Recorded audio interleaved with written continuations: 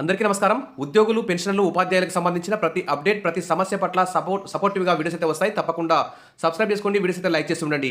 ఇక వివరణకెళ్తే తెలంగాణ ఉద్యోగులు, పెన్షనర్లు, ఉపాధ్యాయులకైతే దాదాపు 10-15 వేల కోట్ల ఆర్థికపరమైనటువంటి బిల్లులు అయితే పెండింగ్లో ఉన్నాయి. వీటన్నిటికి సంబంధించి అనేక సార్లు అసెంబ్లీ సమావేశాలు జరిగాయి, క్యాబినెట్ మీటింగ్లు జరిగాయి, మొన్న బడ్జెట్ కూడా ప్రవేశపెట్టారు. మరి వీటన్నిటిలో ఉద్యోగులకు సంబంధించినటువంటి పెండింగ్ డిఏల విషయంలో కానీ, పీఆర్సీ విషయంలో కానీ, ఇతర పెండింగ్ బిల్లుల విషయం కానీ, రిటైర్మెంట్ బెనిఫిట్ విషయంలో కానీ ఎలాంటి కేటాయింపులు జరపకపోవడం, ఇక ప్రభుత్వం పీఆర్సీ మీద అంత సుముఖంగా లేకపోవడం అనేటువంటి ఉద్దేశంతో అయితే ఉన్నట్టు తెలుస్తోంది. దీనివల్ల ఉద్యోగులు అయితే చాలా ఆందోళనగా ఉన్నారు. ఒక్కొక్క ఉద్యోగి ఈ పెండింగ్ డిఏల వల్ల, పీఆర్సీ ఆలస్యం వల్ల లక్షల రూపాయలు అయితే నష్టపోతున్నారు. ఇక పైగా ఇన్కమ్ ట్యాక్స్లు చెల్లిస్తున్నారు. ఈ విధంగా ఉద్యోగుల నుంచే ప్రభుత్వానికి ఇప్పుడు ఇన్కమ్ ట్యాక్స్ రూపంలో ప్రతి సంవత్సరానికి ఒకసారి లక్షల్లో ఇన్కమ్ ట్యాక్స్ కట్టించుకుంటున్నారు. కానీ ఇక జీతాలు అయితే పెంచట్లేదు. ఆల్రెడీ ఇప్పుడు ఎమ్మెల్యేలు, ఎంపీలకు సంబంధించి కూడా జీతాలు అయితే ఎలాంటి గుట్టు చప్పుడు కాకుండా జీతాలు మొన్న ఎంపీల జీతాలు కూడా భారీ ఎత్తున పెంచుకున్నారు. అది వాళ్ళ చేతుల పని కాబట్టి ఉద్యోగుల జీతాలు ఎందుకు పెంచరు? ప్రజలకు అనేక సంక్షేమ పథకాలు అమలు చేస్తున్నటువంటి ప్రభుత్వం ఉద్యోగుల సంక్షేమాన్ని పట్టించుకోదా అని ఉద్యోగులు అయితే మండిపడుతున్నారు. ఇక పీఆర్సీ గడువు పొడిగించండి. ఆల్రెడీ పీఆర్సీ నివేదిక రెడీ అయింది. పీఆర్సీ రెడీ అయిన నివేదిక తీసుకోవడానికి ప్రభుత్వం అయితే సుముఖత చూపడం లేదు. కాబట్టి పీఆర్సీ రిపోర్టు రెడీగా ఉన్నా కానీ ప్రభుత్వం అయితే పీఆర్సీని తీసుకొని ఉద్యోగులకు అమలు చేయకుండా ఉన్నందువల్ల ఇప్పుడు మొత్తానికైతే కమిషన్ చేతనే పీఆర్సీ గడువు పొడిగించండి అంటూ ప్రభుత్వానికి పీఆర్సీ అధికారుల లేఖ అయితే రాశారట. పే రివిజన్ కమిషన్ గడువును పొడిగించాలని పీఆర్సీ అధికారులు ప్రభుత్వానికి లేఖ రాశారు.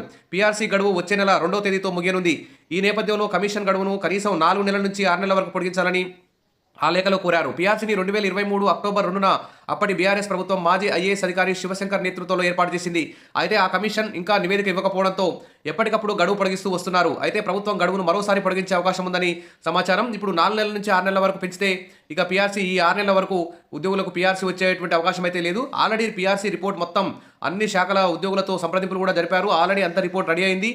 రెడీ అయిన రిపోర్ట్ తీసుకొని వెంటనే అమలు చేస్తే సరిపోతుంది. కానీ ఇంకా 6 నెలల వరకు గడువు పొడిగించే అవకాశం ఉన్నట్టు తెలుస్తుంది. దీంతో ఇంకా 6 నెలల వరకు ఉద్యోగులకు పీఆర్సీ రాదా అని ఉద్యోగులు అయితే మండిపడుతున్నారు.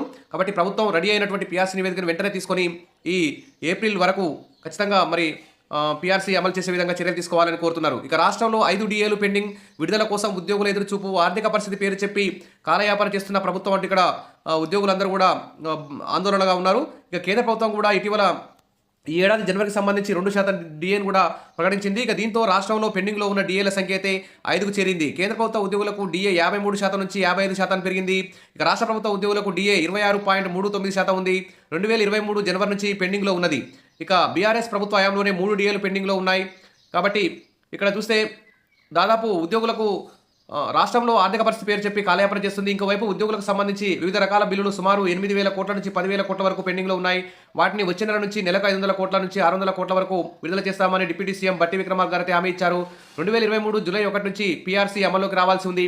పీఆర్సీ కమిటీ నివేదికను కూడా రాష్ట్ర ప్రభుత్వానికి సమర్పించలేదు. ఒకవైపు డిఏలు, ఇంకోవైపు పెండింగ్ బిల్లులు, మరోవైపు పీఆర్సీ అమలు కాకపోవడంతో ఉద్యోగులు, ఉపాధ్యాయులు, పెన్షనర్లు అయితే తీవ్ర అసంతృప్తితో ఉన్నారు. ఇక్కడ చూస్తే డిఏలు చూస్తే పెండింగ్ డిఎస్ ఇన్ తెలంగాణ చూస్తే జనవరి 2023 సంబంధించి 3.64%, జూలై 2023 3.64%, జనవరి 2024 3.64%, జూలై 2024 2.73%, తర్వాత జనవరి 2025 సంబంధించి 2.73%. మొత్తం దాదాపు ఈ 5 డిఏలు పెండింగ్లో ఉన్నాయి. దాదాపు 15% డిఏలు పెండింగ్లో ఉన్నాయి. కాబట్టి వెంటనే డిఏలన్నీ ఇవ్వాలని చెప్పి ఉద్యోగులందరూ కూడా కోరుతున్నారు. ఇక పీఆర్సీ రిపోర్టు రెడీ అయింది. అయినా కానీ ప్రభుత్వం ఆ రిపోర్టు తీసుకొని అమలు చేయాలనే ఉద్దేశం లేదు. తద్వారా బడ్జెట్లో కూడా నిధులైతే కేటాయించలేదు. దీంతో పీఆర్సీ ఫట్ డిఏలు డౌట్ అనేటువంటి న్యూస్ కూడా మనం పేపర్లో చూస్తున్నాం. ఉద్యోగుల ఆశలపై సర్కారు నీళ్లు, సీఎం వ్యాఖ్యలపై ఉద్యోగులు అయితే ఫైర్ అవుతున్నారు. మెరుగైన ఫిట్మెంట్పై కూడా అనుమానాలు వస్తున్నాయి.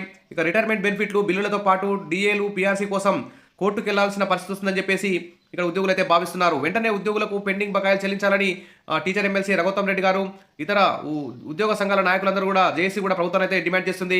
ఇక ఉద్యోగులకు ఇక పోరాటం తప్పదా అనేటువంటిది కూడా సమస్య అయితే ఇక్కడ ఉన్నది. ఆల్రెడీ ఉద్యోగ జేఏసీ అయితే ఉద్యమ కార్యాచరణ షెడ్యూల్ కూడా ప్రకటించింది. ఏప్రిల్ 2 నుంచి ఈ షెడ్యూల్ కూడా అమలయ్యే అవకాశం ఉన్నట్టు తెలుస్తుంది. దీని మీద ఇంకా అప్డేట్ అయితే రాలేదు.